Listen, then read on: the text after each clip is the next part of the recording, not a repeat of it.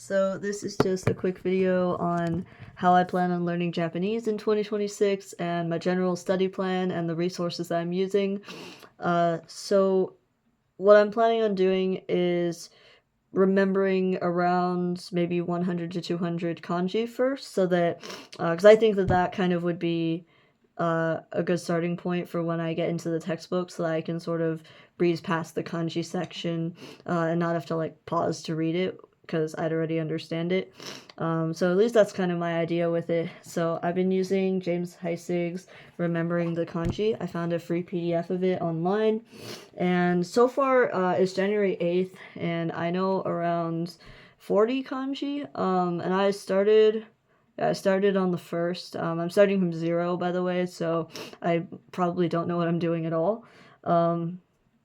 So then, in terms of Anki and flashcards, I've got like a Core 10K, and then I've got Remembering the Kanji. I think Anki is like more useful than Remembering the Kanji, in my opinion, because I don't really use the mnemonics from the book, but it is good to see the little symbols, and then, or I don't know what they're called, but to see kind of how they correlate with each other. So that's nice to form a little story out of that. So then I'm assuming that might take around maybe a month to kind of get used to, and maybe to remember around 100 of them. And then after that, I got Genki. So this is the workbook, and then this is the textbook. I got these for a pretty fair price at a book fair, I think. This one, actually, the workbook doesn't come with a CD, so I'm not really sure about that, but it's okay. I'll manage. And then also at the book fair, I picked this up, which I'm not really sure what manga it is, but it looked kind of cool from the cover, so I was like, yeah, I could be able to read this in a few years, so that's kind of a good, like, hey, this is my end goal right here.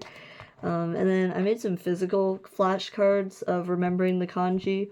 So I've got the stroke order here, because in remembering the kanji, they kind of show you the stroke order, but not the direction. And I feel like if you're good at like remembering, good at like remembering pictures, maybe it's easier, but for me, I have no idea what's going on in that book. So anyway, flashcards, like physical stuff, and then like Anki definitely helps.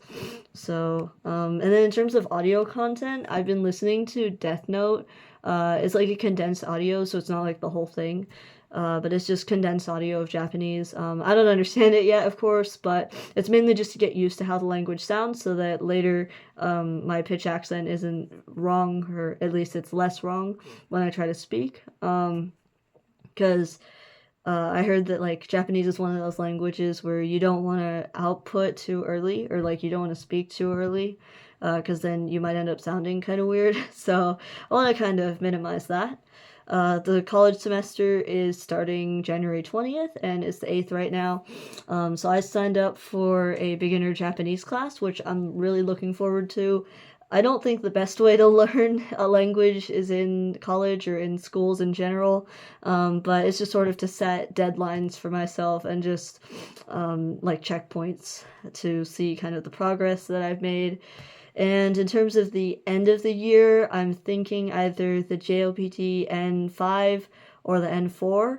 I think I could probably get done with kind of N5 content, maybe in like 6 months, but I think to really master it, it'd probably take a year. I want to be serious about this, but at the same time, I am pretty busy, so I'm not going to rush it, because I don't think you should rush a language. But anyways, yeah, so that's sort of my plan, and I don't know, it'll probably change later, but that's what I'm doing right now. And yeah, so anyway, have a good day, and I'll see you later.